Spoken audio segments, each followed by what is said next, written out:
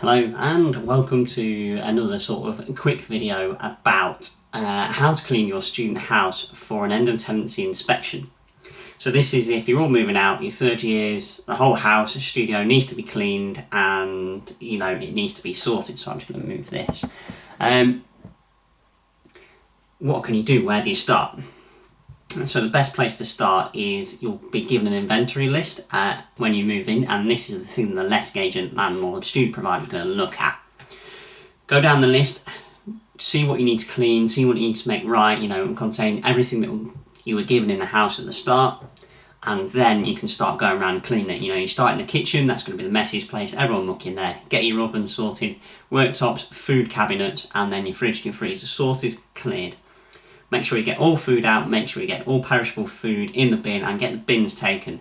As soon as that's done, everything's pretty much easier from there. Make sure all the floors are clean.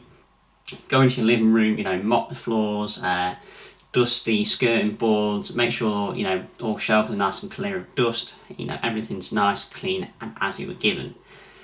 Make sure all carpets are hoovered in your bedroom as well. Make sure there's no stains or marks on the walls, and make sure that your bed's tidied, and as it was, your desk as well, your wardrobe, there's no repairs that need doing to it, and that everything is generally clean. Most people fall foul is because there's usually rubbish left at the property, or basically floors and sort of walls haven't been cleaned that well.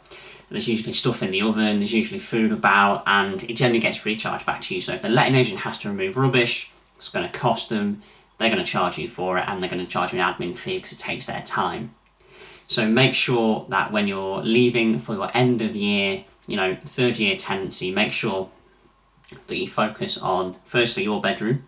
Make sure get it nice, clean, no marks on the walls, no stains on the walls, windows are nice and clean, desk is clean and your wardrobe is all sorted. In the kitchen, make sure there is no food left over, no perishables, fridge and freezer is cleared out on all food, especially oven.